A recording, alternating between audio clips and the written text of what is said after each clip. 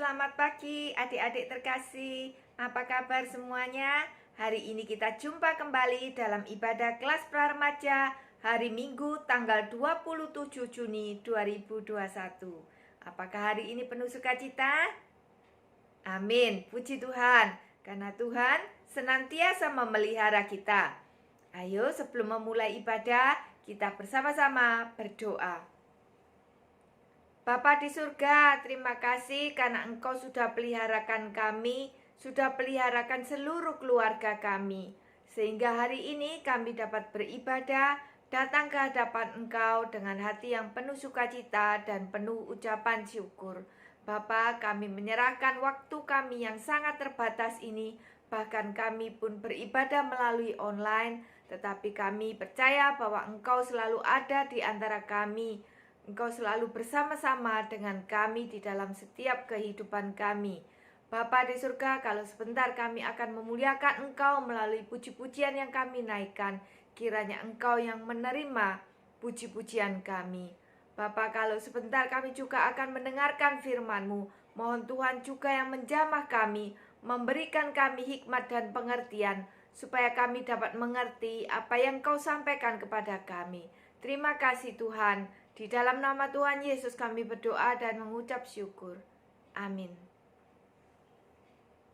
Adik-adik, hari ini kita juga diberi kesempatan untuk memuliakan Tuhan melalui suara kita. Mari kita bersama-sama memuji Tuhan, mengikuti lagu berikut ini memuliakan Tuhan. Mari kita pujikan lagu Selamat Pagi Bapa.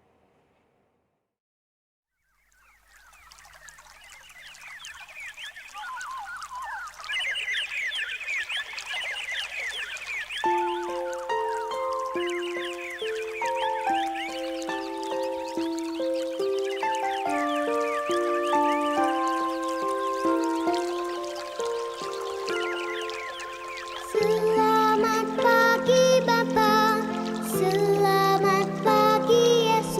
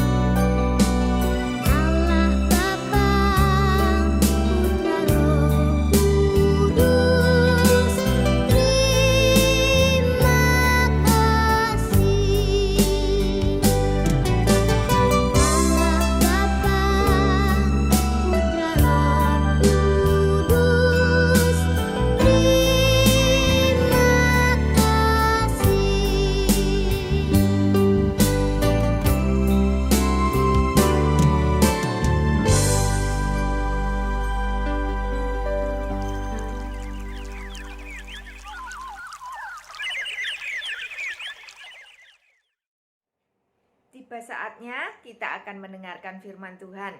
Sebelum mendengarkan firman Tuhan, Lose mau mengajak kalian untuk membiasakan diri menyiapkan Alkitab kalian. Kalau misalnya HP-nya dipakai untuk menonton rekaman ini, jadi kalian bisa menyediakan Alkitab yang biasa ya, Alkitab yang berbentuk buku ya.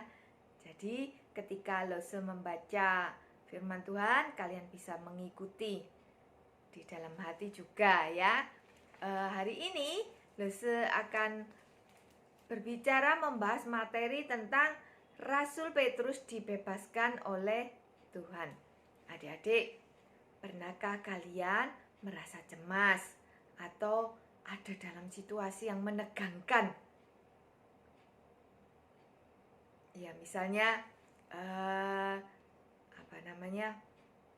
waktu menghadapi ulangan, menghadapi ujian, atau mungkin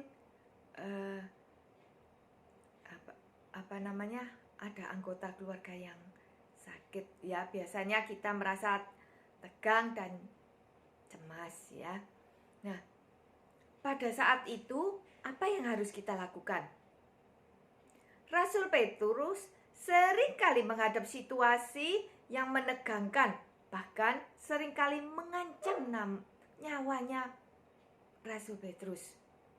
Hari ini kita akan belajar bagaimana cara Rasul Petrus menghadapi semua ketegangan dan kecemasannya ya. Hari ini kita akan membaca dari kitab Kisah Para Rasul 12 1 sampai 17. Mari kita baca bersama-sama. Kisah Para Rasul 12 ayat 1 sampai 17. Yakobus mati, Petrus dilepaskan dari penjara. Kira-kira pada waktu itu Raja Herodes mau bertindak dengan keras terhadap beberapa orang dari jemaat. Ia menyuruh membunuh Yakobus, saudara Yohanes, dengan pedang. Ketika ia melihat bahwa hal itu menyenangkan hati orang Yahudi, ia melanjutkan perbuatannya itu dengan menyuruh menahan Petrus. Waktu itu hari raya roti tak beragi. Setelah Petrus ditangkap, Herodes menyuruh memenjarakannya di bawah penjagaan 4 regu, masing-masing terdiri dari 4 prajurit. Maksudnya ialah supaya sehabis Paskah ia menghadapkannya ke depan orang banyak. Demikianlah Petrus ditahan di dalam penjara, tetapi jemaat dengan tekun mendoakannya kepada Allah. Pada malam sebelum Herodes hendak menghadapkannya kepada orang banyak, Petrus tidur di antara 2 orang prajurit, terbelenggu dengan 2 rantai. Selain itu, prajurit-prajurit pengawal sedang berkawal di muka pintu. Tiba-tiba berdirilah seorang malaikat Tuhan dekat Petrus dengan cahaya bersinar dalam ruangan itu.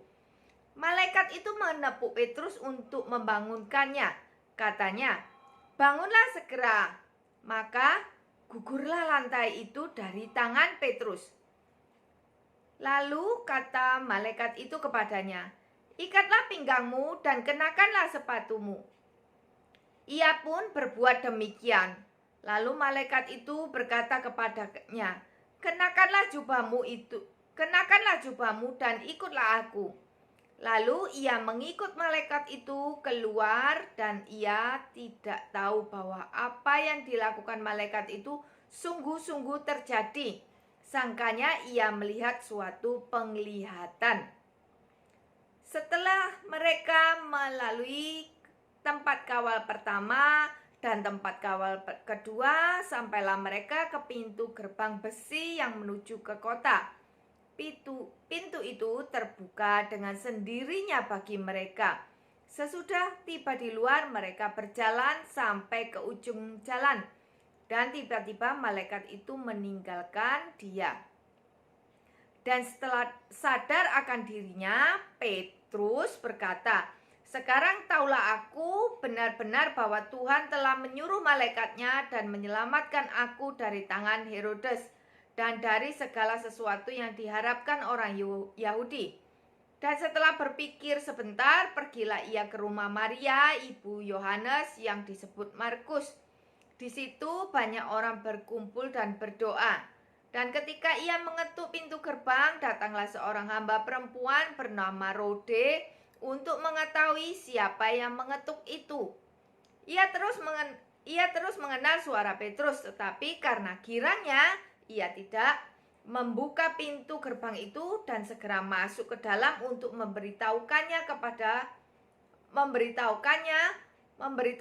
bahwa Petrus ada di depan pintu gerbang. Kata mereka kepada perempuan itu, "Engkau mengigau." Akan tetapi ia tetap mengatakan bahwa benar-benar demikian. Kata mereka, "Itu malaikatnya." Tetapi Petrus terus-menerus mengetuk. Dan ketika mereka membuka pintu dan melihat dia, mereka tercengang-cengang. Tetapi Petrus memberi isyarat dengan tangannya supaya mereka diam. Lalu ia menceritakan bagaimana Tuhan menuntunnya keluar dari penjara.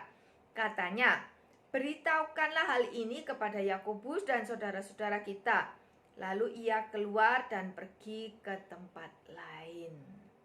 Demikian pembacaan kita hari ini. Raja Herodes yang diceritakan dalam bacaan ini adalah Herodes Agripa I, yaitu cucu dari Herodes Agung. Herodes Agung ini adalah Raja Herodes yang pada zaman Tuhan Yesus dilahirkan. Jadi kalian ingat kan ceritanya yang ada 3 raja bertemu dengan Raja Herodes, itu Herodes Agung. Sedangkan yang sekarang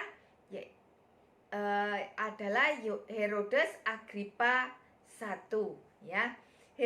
Raja Herodes Agripa I menerima jabatan dari pemerintahan Romawi. Karena ini sifatnya jabatan yang diberikan, maka Herodes Agripa ini merasa perlu untuk menjaga jabatannya. Jadi dia harus bekerja sama dengan baik, ya, dengan orang-orang yang disebut Sanhedrin. Sanhedrin itu adalah dewannya orang Yahudi, ya, yang terdiri dari tua-tua, ahli Taurat, orang Farisi, begitu ya. Nah, untuk menyenangkan hati orang Yahudi ini, maka Herodes dia membunuh Yakobus, ya. Yakobus murid Tuhan Yesus, saudaranya Yohanes. Dia dibunuh dengan pedang. Bahkan Herodes juga mulai menyiksa beberapa orang Kristen. Kemudian untuk menyenangkan lagi hati orang Yahudi, maka Herodes ini menangkap Petrus. Rencananya Petrus pun akan dibunuh. Tetapi kebetulan karena hari itu adalah hari raya roti tak beragi. Kalian ingat kan hari raya roti tak beragi itu memperingati apa? Yaitu memperingati bangsa Israel keluar dari tanah Mesir, ya. Nah, pada saat itu hari raya roti tak beragi, jadi ditunda, ya. Hukuman matinya itu ditunda untuk Petrus. Nah, karena itu Herodes memberikan penjagaan yang sangat ketat kepada Petrus. Dalam bacaan kita tadi dituliskan dijaga oleh 4 regu. Ya, 1 regu terdiri dari 4 orang. Berarti 4 kali 4, 16 orang. Itu khusus untuk menjaga Petrus, belum termasuk penjaga penjara yang biasanya bertugas, ya. Jadi yang 16 orang ini khusus menjaga Petrus, ya. Nah, dalam penjara ini pun Petrus juga dirantai, dituliskan tadi dalam bacaan kita dirantai 2, ya. Jadi kanan dirantai, kiri dan dirantai. Dan juga ada seorang prajurit yang tidur di sebelah kanan dan kirinya, ya. Cek nemenin nek jaga, ya, sampai tidur aja bareng di sebelah kanan kirinya. Nah, Petrus juga tidak tahu apa rencana Tuhan, tetapi Petrus mempunyai damai sejahtera. Loh, kok tahu loh kalau Petrus damai sejahtera? Nah, buktinya karena Petrus bisa tidur. Kalau orang cemas ya tidak bisa tidur ya, pasti gelisah, tidak bisa tidur ya.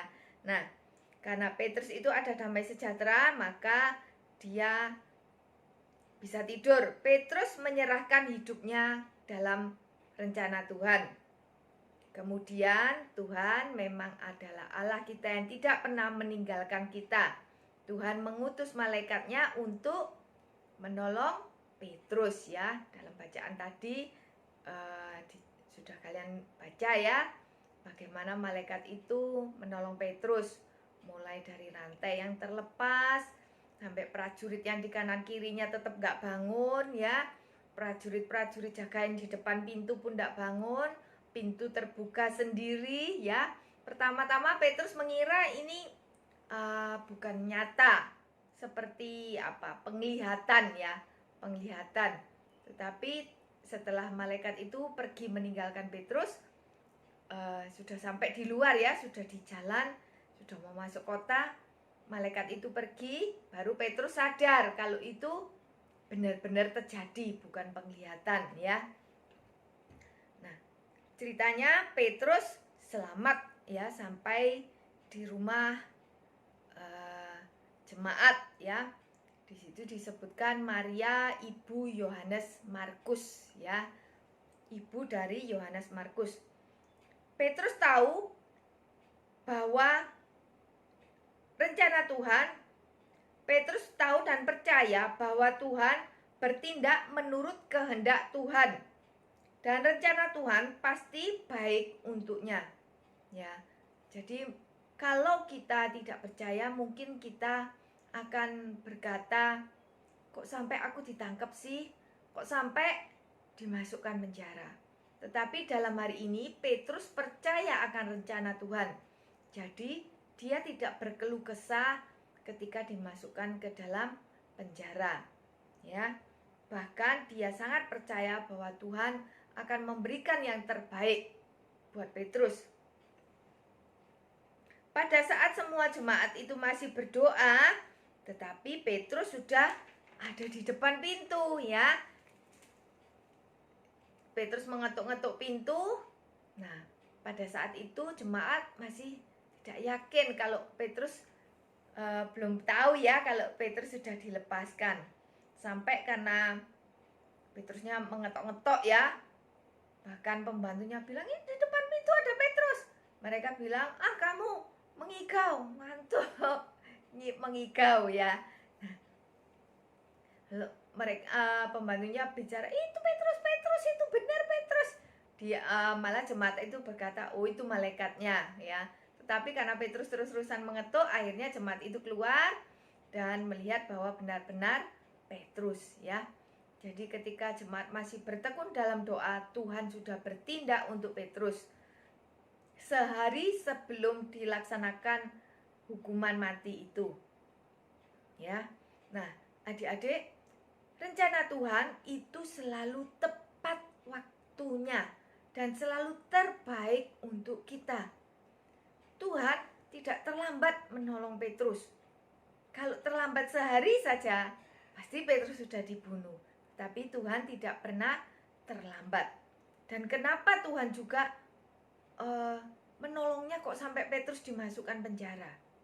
Supaya banyak orang menjadi percaya bahwa Tuhan itu memeliharakan setiap anak-anaknya.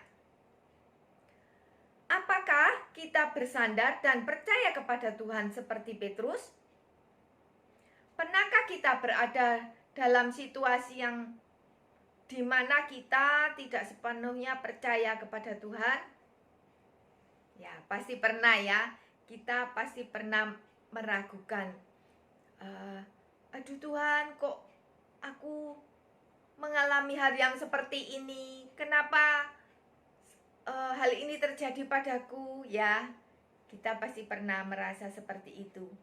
Tetapi Petrus percaya ya, percaya akan pertolongan Tuhan.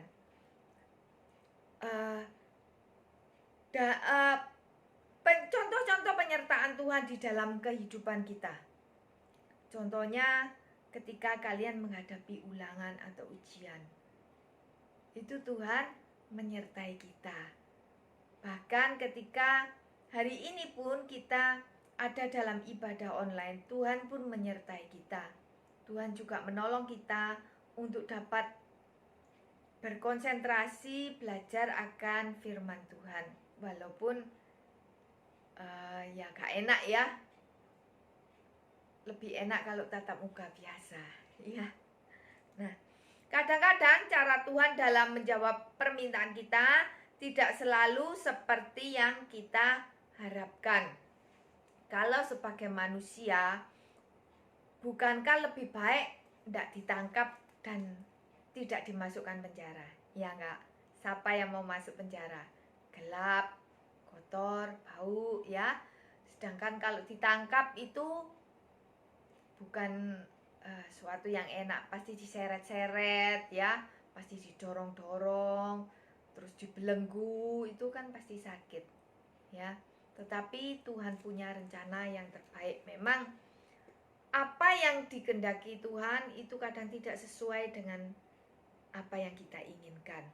Karena itu kita harus membuka diri agar dapat menerima jalan dan cara Tuhan dalam menjawab doa kita. Seperti Petrus menerima cara Tuhan dan menjawab doanya. Nah, adik-adik, dalam di akhir firman Tuhan hari ini, Lose mau menyampaikan sebuah kesaksian tentang bagaimana Tuhan juga memeliharakan Lose. Pada saat itu suaminya Lose sakit ya, terus harus berobat di RRC. Nah, tidak banyak orang RRC itu yang bisa bahasa Inggris ya, dan Lose pun bahasa Inggrisnya juga nggak bagus-bagus amat ya. Dan Lose memang bisa berbahasa Mandarin, tetapi dengan intonasi dan dialek Indonesia ya. Nah, ketika sampai di bandaranya kota Guangzhou, nah di situ ketemu dengan petugas imigrasi ya. Petugas itu biasalah kalau di petugas imigrasi itu kebanyakan modelnya serem-serem ya.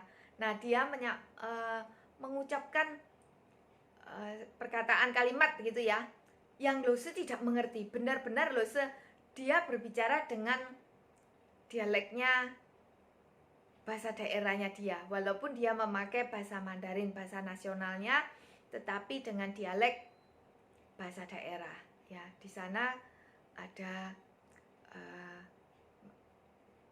dialek Guangdong ya, jadi rada sulit dimengerti.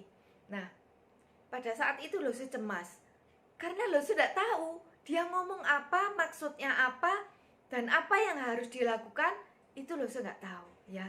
Nah, kemudian ternyata di antara orang-orang itu juga banyak yang nggak mengerti, karena penumpangnya itu ternyata banyak orang asingnya juga ya. Nah, kemudian Tuhan itu menolong Lose ya. Ternyata maksudnya orang itu, Lose melihat orang yang di depannya Lose, antriannya itu, oh ternyata itu disuruh mengisi imigrasinya itu, dokumen imigrasiannya melalui komputer ya. Nah, waduh, waktu itu Lose cemas lagi. Waduh, mati kan, suruh ngisi di komputer. Lah, komputer ini bahasa apa? Nah, ternyata di komputer itu bahasanya lengkap adik-adik. Waduh, Lose langsung puji Tuhan. Bahkan di situ ada bahasa Indonesia. Aduh, selamat, Lose berkata. Aduh, terima kasih Tuhan, selamat. Kok Tuhan tidak ngomong dari tadi sih kalau disuruh ngisi yang di komputer yang ada bahasa-bahasanya. Astaga gitu ya Lose. Aduh, ya memang Tuhan itu menjawab doanya Lose tidak dari tadi ya. sudah membuat Lose merasa cemas, aduh bingung, tidak tahu apa yang harus dilakukan ya. Nah, adik-adik, karena Tuhan menolongnya itu tepat waktu ya, jadi nggak keduluan, nggak kecepatan, nggak juga terlambat ya. Jadi akhirnya Lose hari ini bisa bersaksi kepada adik-adik, seperti Petrus juga bersaksi kepada jemaat. Kalau misalnya Tuhan menolongnya langsung ditunjukin ya, bagaimana harus mengisi dokumen imigrasi langsung gitu ya, wah nggak ada ceritanya ya. Jadi Lose jadi tidak memuliakan nama Tuhan ya, tidak menyaksikan pertolongan Tuhan dan penyertaan Tuhan. Nah, adik-adik, Lose juga yakin bahwa setiap adik-adik punya kesaksian dan cerita bagaimana Tuhan menolong adik-adik ya. Kadang-kadang kalau ditanya itu pasti jawabnya, oh apa ya Lose ya? Ada Lose, nggak ada yang diceritakan. Masa Tuhan itu nggak pernah menolong kalian? Masa Tuhan itu nggak pernah memelihara kalian? Nah, mungkin ya, kalau Tuhan nggak pernah memelihara kalian, nggak pernah menolong, wah kalian nggak perlu pergi Tuhan lagi dah. Nggak usah berdoa kepada Tuhan ya, karena Tuhan tidak menolong kalian. Ya, nah hari ini Lose mengajak kalian untuk menceritakan pengalaman kalian seperti Lose menceritakan tadi ya. Nggak perlu panjang, boleh ditulis, boleh di-chat ya ke Lose. Kalau males nulis juga boleh rekaman suara. Kalau males rekaman suara, mau keren, mau rekaman video juga boleh ya. Nah adik-adik, hari ini firman Tuhan sudah selesai diberitakan. Mari kita bersama-sama mengucap syukur melalui doa. Bapa di surga, terima kasih hari ini kami sudah belajar bagaimana Lazarus Petrus telah dibebaskan oleh Tuhan. Kami tahu bahwa Tuhan sudah menolong Petrus tidak terlalu cepat dan juga tidak terlambat. Dan kami juga yakin hal itu terjadi dalam diri kami, bahwa Tuhan akan menolong kami, memeliharakan kami, tidak terlalu cepat, tidak pernah terlambat, waktunya selalu pas. Terima kasih Tuhan. Di dalam nama Tuhan Yesus kami berdoa dan mengucap syukur. Amin. Adik-adik, kita juga diberikan kesempatan untuk mengucap syukur melalui persembahan kita. Mari kita mengumpulkan persembahan kita dalam dompet kita sambil menyanyikan pujian berikut.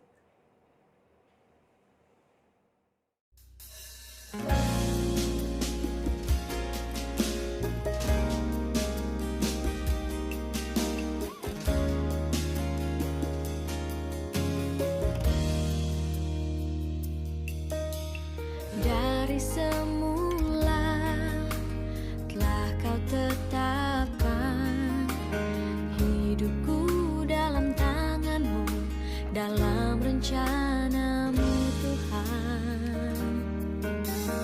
Rencana indah telah kau siapkan bagi masa depanku yang penuh harapan.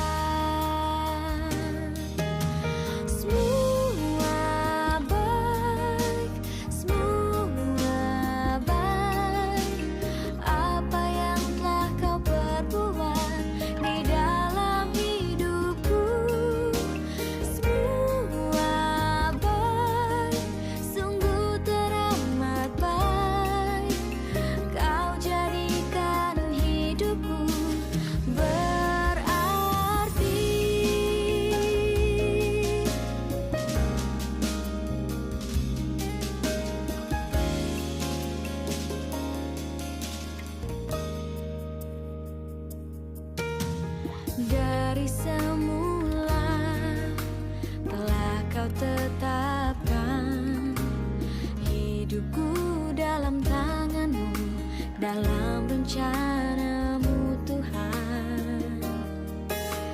Rencana indah telah kau siapkan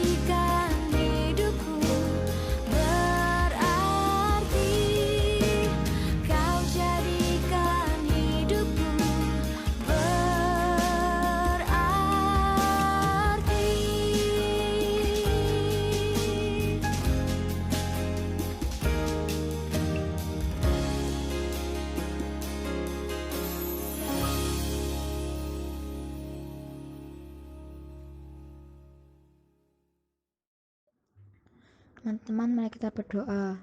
Ya Tuhan, terima kasih atas penyertaan-Mu hari ini. Semoga firman yang disampaikan oleh Lause dapat kami terapkan dan berguna bagi kehidupan kami sehari-hari. Dan terimalah juga persembahan kami pada hari ini. Semoga dapat berguna bagi gereja dan kerajaan-Mu. Dalam nama Tuhan Yesus kami berdoa. Amin. Terima kasih untuk Lea yang sudah membawakan doa persembahan dan doa penutup. Demikian ibadah kita hari ini. Kita akan berjumpa kembali minggu depan. Shalom, sampai jumpa. Tuhan Yesus memberkati.